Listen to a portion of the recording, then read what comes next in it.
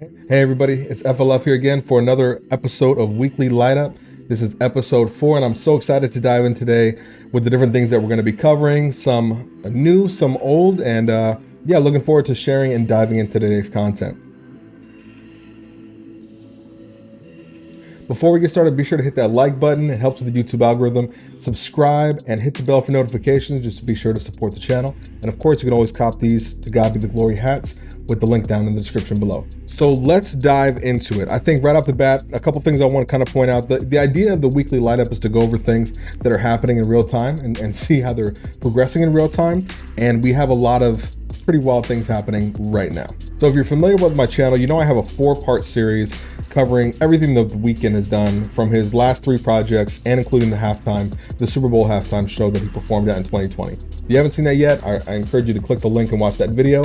But we always have something evolving with The Weeknd, and always something's going on, which catches my attention, and I always come back to him as a point of reference for this kind of evil occultic-like symbolism happening in the industry. So as with many musicians, he's made a pivot into doing film and doing TV shows, and he actually is starting a brand new show that he's launching on HBO, I believe, alongside Lily Rose Depp, who is his girlfriend currently, called The Idol. Now, of course, biblically, we all know that idol worship is something prohibited by God, right? And it's outlined in the Old Testament as well as the New that we shouldn't have idols in our life. And I could go on a whole tangent about American Idol, or how they call the idols from South Korea, the BTS and these other groups, they call them idols.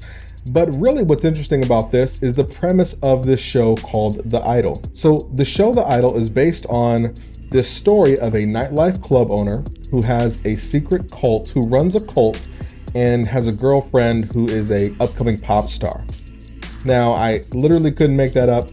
The Weeknd is the nightlife club owner who runs the cult, and his girlfriend, who's going to be Lily Rose Depp, is the upcoming pop star. Now, without even seeing it or hearing too much about it, because I think details are still unfolding, I am so certain that there's going to be a ton of graphic adult content, sexuality, drug use, nudity, all of that. But I guarantee you that the plot is going to revolve to some degree around this cult manipulating and taking this pop star to heights of fame and making her into a superstar. That's usually what these films always kind of lead into. What's interesting about this is that the producer behind it, who's producing it alongside The Weeknd, is the same producer who did Euphoria. If you're familiar with Euphoria, this is another TV show which had a lot of really graphic content as well, and is depicting high schoolers wrestling with gender dysphoria. One of the high schoolers is trans, which is really glorified in the show, obviously. And I think in one of the citations I saw, over 30 penises are shown in this show, which is, again, kind of crazy that it's depicting high schoolers and then showing that kind of level of graphic nudity. So the same producer of the show is actually doing The Idol also. On top of that, the co-producer of the show is actually one of Weeknd's producers who he's worked with for a long time, Reza Fahim. Now, Reza Fahim actually comes from the nightlife scene. He used to be an entrepreneur, run a lot of nightclubs up until 2017 when he left to pursue writing full time. So the idea that they're coming out with the show, it's definitely tied in to an extent to his own life. So when we look at kind of the history of what The Weeknd's talked about, the things that he's done, the music that he's released, the music videos that he's come out with, now that he's doing the show called The Idol, where he's literally talking about him being the leader of a cult and running a nightclub and using his influence to prop up a pop star who's his girlfriend. I mean, I think it's one of those things we have to keep our eyes peeled for, right? And obviously, in every situation, I encourage you not to watch this content and not to engage with it at all. But again, it's this pattern that we see. And something I always draw back to is the pattern. I would never necessarily disparage somebody, or try not to disparage anybody, but I'll never necessarily call out a celebrity or a musician or anyone for that matter if they do kind of a one-off piece that might seem kind of like blasphemous or might seem kind of evil. It's more about the patterns that are established. And in his music, in his art, and everything that he does with The Weeknd, we see this pattern that has been established. And I think The Idol, this TV show, is one more example of that. Speaking of blasphemy, we have another example of an artist, kind of navigating in that same way, where they're going from music and musicianship and maybe artistry from that sense into acting, and that's Lady Gaga. So Lady Gaga is recently going to be starring in a film that just came out called The House of Gucci, describing the Gucci family. She takes one of the more prominent roles in the film and was in a lot of the promo. What stuck out to me is that one of the lines that has become one of the most preeminent lines in the film and also in the promo is this right here. And I'm gonna play the clip for you. Can you keep a secret? Father, Son, and House of Gucci. Father, Son, and House of Gucci. Now, as you can kind of see from that right off the bat, it's blasphemous, right? And even in the YouTube comments, when we were looking at the actual clip from the film, the YouTube comments even said, blasphemy never looks so good, and a couple of other people making comments, probably not Christians, but acknowledging that it's very blasphemous to say Father, Son, House of Gucci, kind of supplanting the Holy Spirit with House of Gucci. But of course, as I just said, this is not the first time Lady Gaga has been involved in kind of this blasphemous kind of ideals or imagery that she's been promoting. She did this exact same thing years and years ago with another song that she had called Alejandro. If you're familiar with that music video, you have depictions of Christ, depictions of nuns, depictions of all kinds of religious symbolism that have been twisted and inverted to kind of pervert it and, again, blaspheme God's name. So this isn't just a one-off situation where maybe she had this idea and she did this line or something like that. Again, we see a pattern in her behavior and her artistry and in her music. What's interesting also is that this line apparently was an ad-libbed line. So this wasn't something that was written for her. This is something that she came up with off the cuff as they were filming the show, which I think, again, kind of ties into that pattern of behavior. A lot of times, whether people are realizing it or not, they might fall into these patterns of behavior that just become second nature to them. In the Bible, we see a lot of times that the devil is moving behind the scenes, behind kings and influences in ways that maybe not even perceptible to those people. One example being Judas Iscariot, who betrayed Jesus.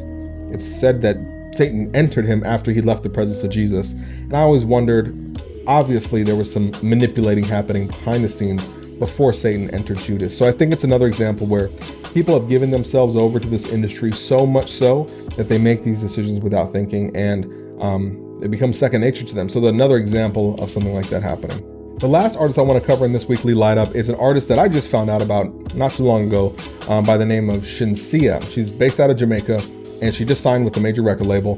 What's prominent about this and why it caught my attention was the music video that she released called Run Run. This wasn't a music video necessarily that just caught like the conservative Christians' attention, right? When she came out with this video, it was right around the time that her mother had passed away suddenly after she signed with her record label. What's interesting about that, at the same time when she released this video for Run Run, she came out, dispelled rumors that she had sacrificed her mom, which is kind of like this common myth in Illuminati conspiracy theory that you sacrifice a loved one in order to elevate yourself or to become famous. But you had other prominent artists in Jamaica coming out and saying, hey, Run Run is kind of an evil looking video. It's a satanic looking video.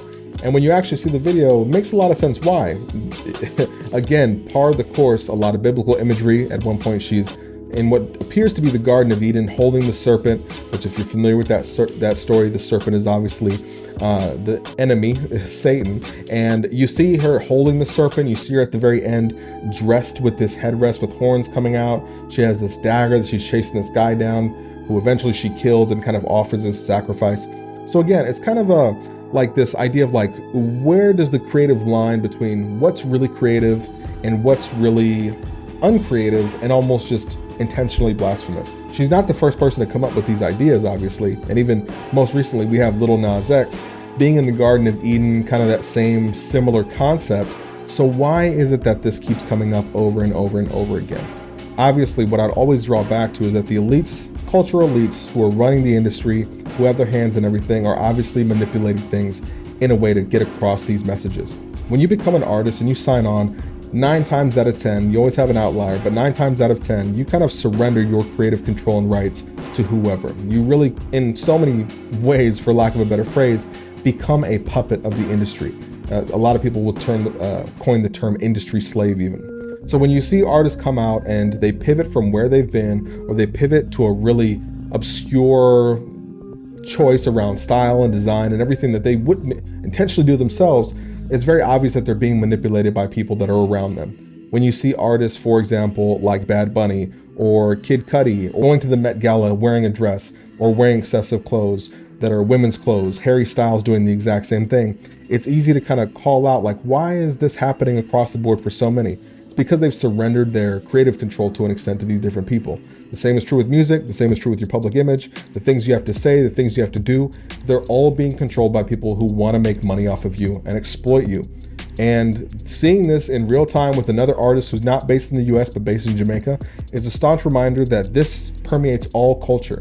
I don't think every single person and every artist is coordinating 100%, but when you have an industry that's inherently evil, inherently wicked, and really in so many ways is pushing towards one direction, it's not surprising that every single one of them fall in line with this greater theme. And I genuinely believe that we're in a spiritual war, so why wouldn't the spiritual war have warriors on either side? But with that being said, thank you guys so much for tuning in today. I appreciate your time in this weekly light up. I hope to dive into some more stuff very soon. In the meantime, like I said, hit that subscribe button, hit the bell for notifications, share this with somebody you love, and let's continue to light up Babylon. God bless.